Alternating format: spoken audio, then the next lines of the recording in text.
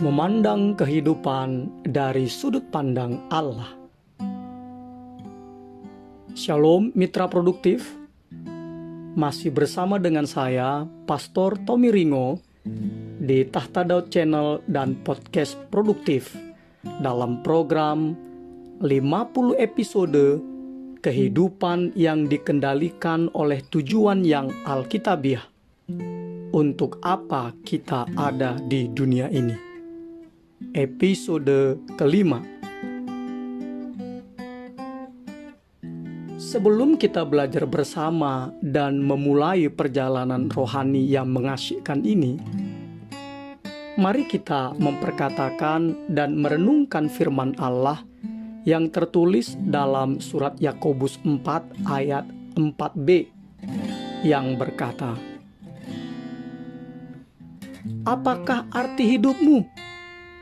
Hidupmu itu sama seperti uap yang sebentar saja kelihatan, lalu lenyap."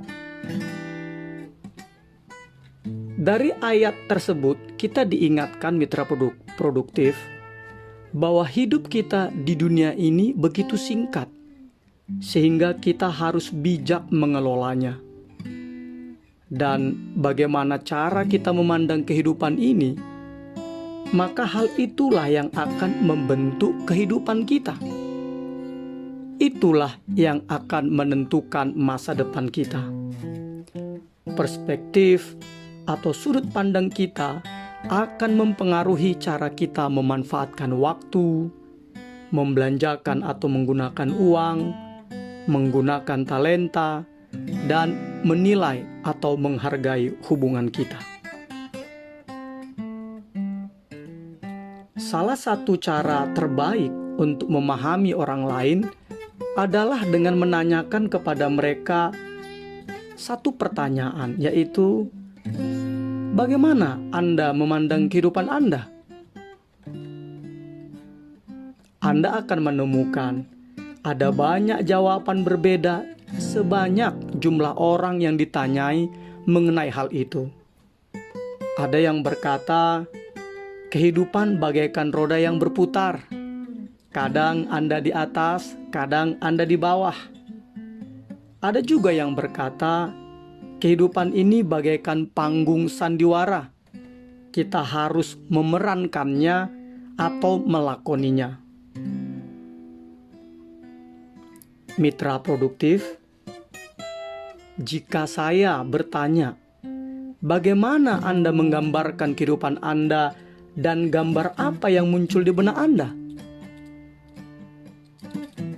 Maka jawaban jujur Anda tentang gambar tersebut adalah metafora kehidupan Anda.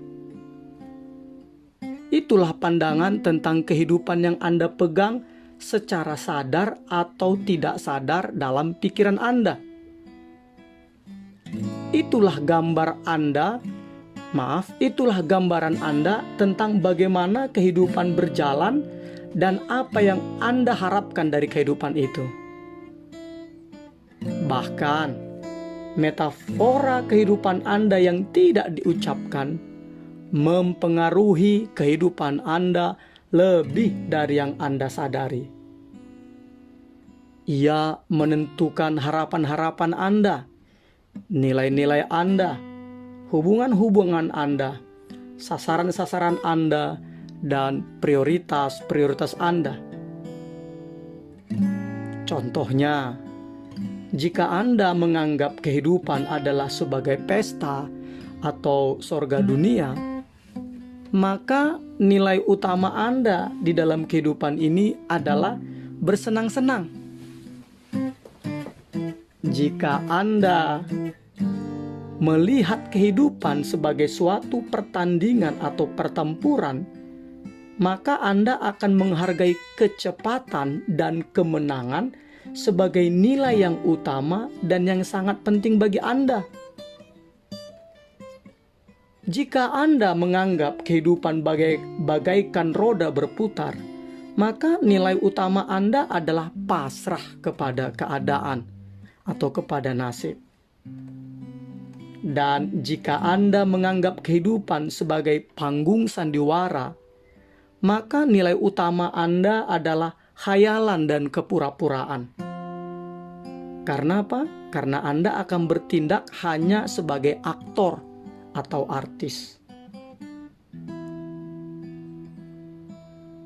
Namun mitra produktif, Anda harus menentang pandangan umum ini dan menggantikannya dengan metafora Alkitab tentang kehidupan. Alkitab dalam surat Roma 12 ayat 2 berkata, "Janganlah kamu menjadi serupa dengan dunia ini, tetapi berubahlah oleh pembaharuan budimu, sehingga kamu dapat membedakan manakah kehendak Allah, apa yang baik, yang berkenan kepada Allah, dan yang sempurna." Sekali lagi saya katakannya, janganlah kamu menjadi serupa dengan dunia ini, tetapi berubahlah oleh pembaharuan budimu, sehingga kamu dapat membedakan manakah kehendak Allah, apa yang baik, yang berkenan kepada Allah, dan yang sempurna. Mitra produktif, Allah memberikan 3 metafora yang mengajarkan kepada kita pandangan Allah tentang kehidupan. 3 metafora. Yang pertama, kehidupan adalah sebuah ujian. Yang kedua, kehidupan adalah sebuah kepercayaan. Dan yang ketiga, kehidupan adalah sebuah penugasan. Dalam episode kelima ini, kita akan membahas poin pertama dan kedua, sedangkan poin ketiga akan kita bahas di episode berikutnya. Metafora pertama yang mengajarkan kepada kita pandangan Allah tentang kehidupan. Kehidupan di bumi ini adalah sebuah ujian. Kehidupan di bumi ini adalah sebuah ujian. Metafora kehidupan yang ini terlihat dalam kisah-kisah di seluruh Alkitab. Allah terus-menerus menguji karakter, iman, ketaatan, kasih, integritas, dan kesetiaan manusia. Makanya kata-kata pencobaan, pemurnian, dan ujian muncul lebih dari 200 kali dalam Alkitab. Misalnya Adam dan Hawa. Mereka gagal dalam ujian mereka di Taman Eden. Dan Daud gagal dalam ujiannya yang diberi Allah pada beberapa peristiwa. Tetapi puji Tuhan, Alkitab juga memberi kita banyak teladan dari orang-orang yang lulus dalam ujian besar. Misalnya seperti Yusuf, Ruth, Esther, Daniel, dan lain-lain.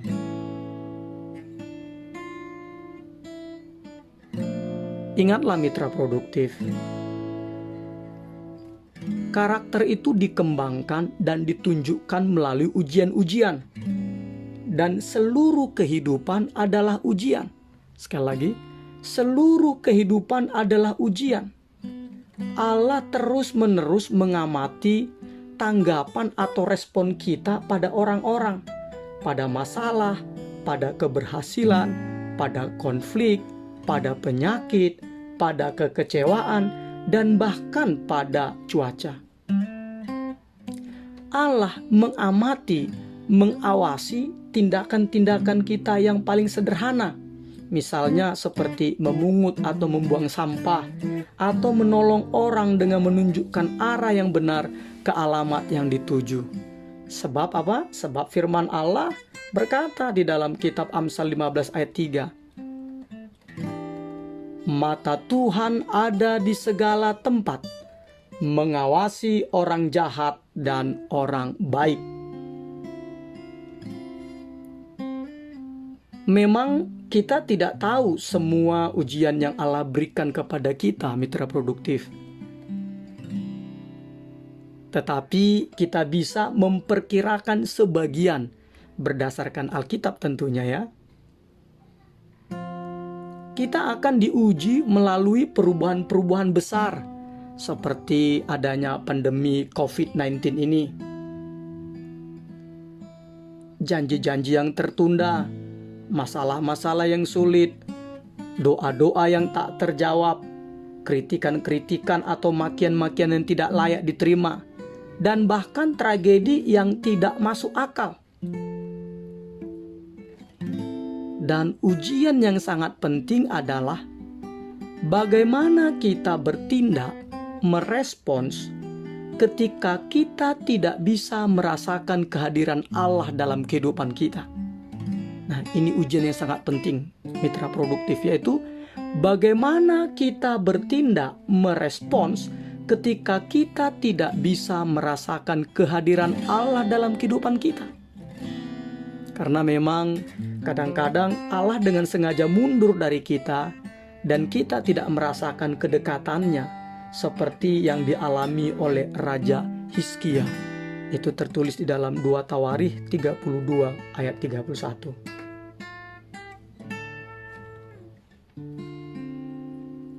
Ketika Anda memahami bahwa kehidupan adalah ujian, maka Anda akan menyadari bahwa tidak ada hal yang tidak penting di dalam kehidupan Anda.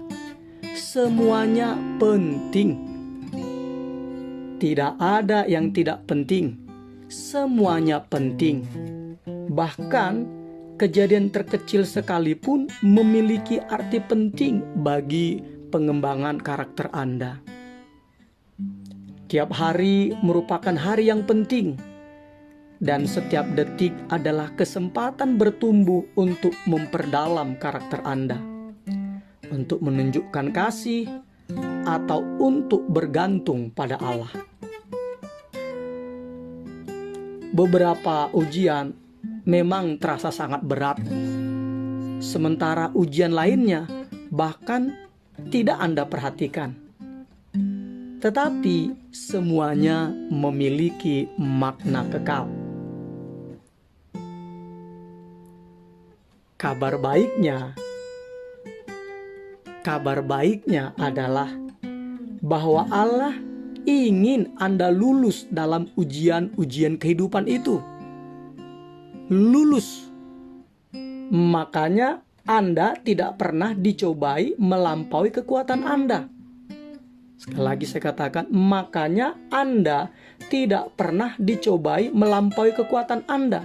Seperti yang tertulis dalam surat 1 Korintus 10 ayat 13. Pencobaan-pencobaan yang kamu alami ialah pencobaan-pencobaan biasa yang tidak melebihi kekuatan manusia. Sebab Allah setia, dan karena itu Ia tidak akan membiarkan kamu dicobai melampaui kekuatanmu.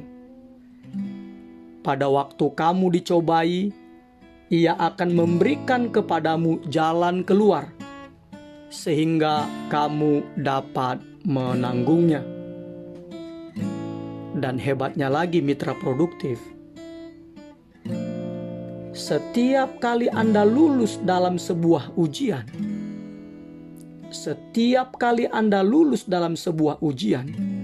Allah melihat dan membuat rencana untuk memberi Anda upah di dalam kekekalan, seperti yang tertulis dalam surat Yakobus 1 ayat 12.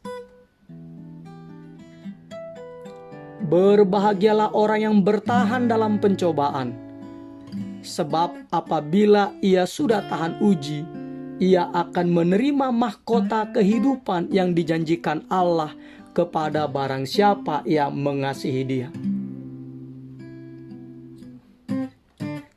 Kehidupan di bumi adalah sebuah kepercayaan. Yang pertama tadi, kehidupan di bumi adalah sebuah ujian. Dan sekarang yang kedua, kehidupan di bumi adalah sebuah kepercayaan.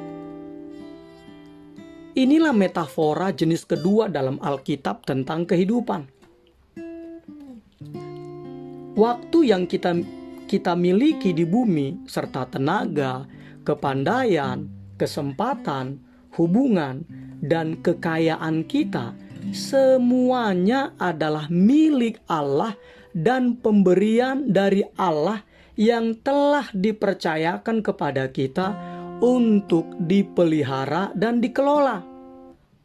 Kita ini hanyalah penata layan, pengelola dari segala sesuatu yang diberikan Allah kepada kita. Nah, konsep penata layanan ini, pengelolaan ini dimulai dengan pengakuan bahwa Allah adalah pemilik segala sesuatu dan semua orang di muka bumi. Mazmur 24 ayat 1. Singkatnya, Allah hanya meminjamkan bumi ini kepada kita pada waktu kita masih ada di sini. Bumi adalah properti milik Allah sebelum Anda datang, dan Allah akan meminjamkannya kepada orang lain setelah Anda mati atau meninggal. Jadi, Anda hanya bisa menikmatinya sesaat.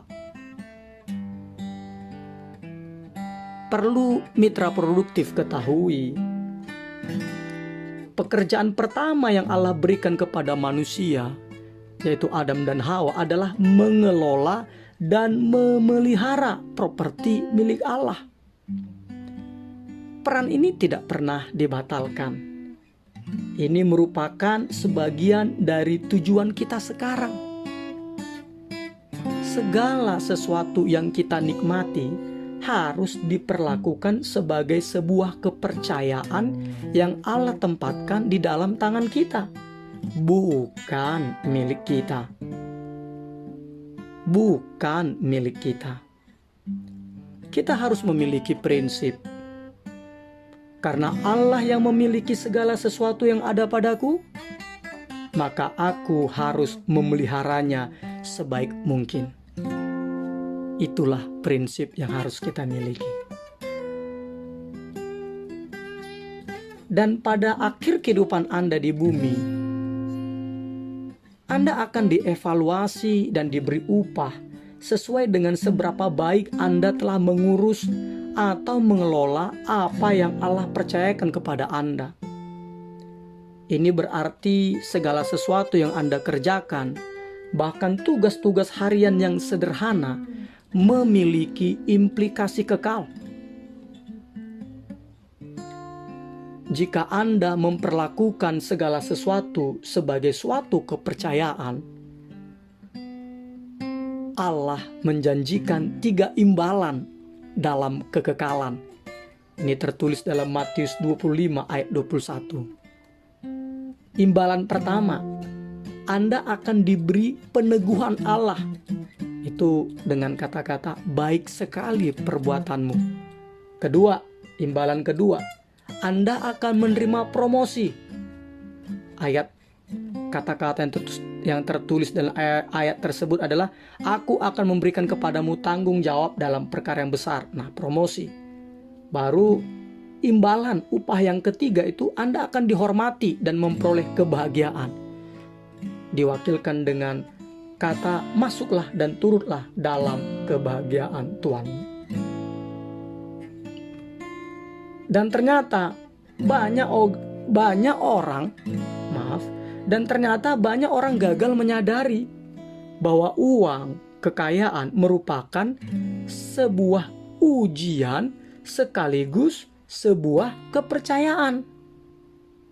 Sekali lagi saya katakan, banyak orang gagal menyadari bahwa uang atau kekayaan merupakan sebuah ujian sekaligus kepercayaan. Kepercayaan dari Allah. Allah menggunakan keuangan, kekayaan untuk mengajari kita untuk mempercayainya.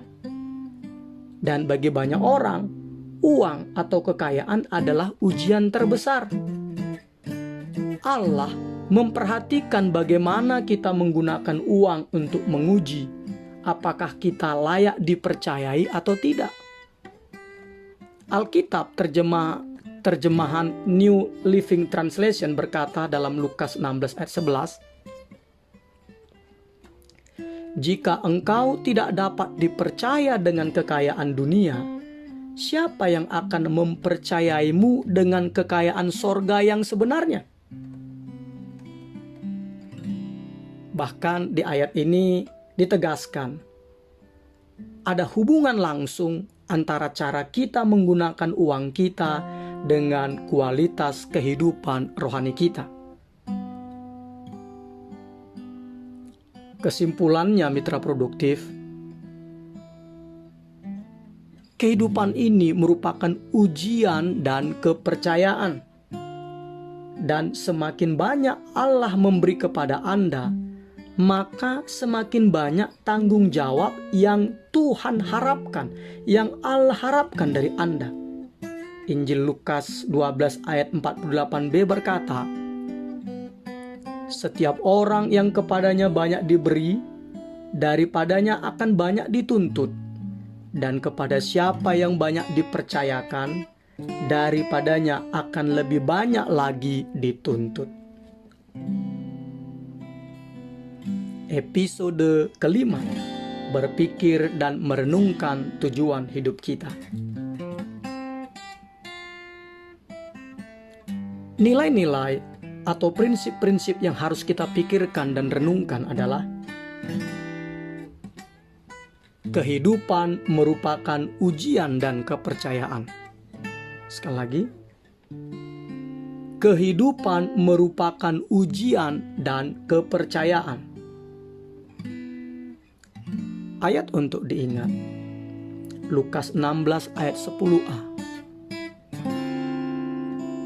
"Barang siapa setia dalam perkara-perkara kecil, ia setia juga dalam perkara-perkara besar."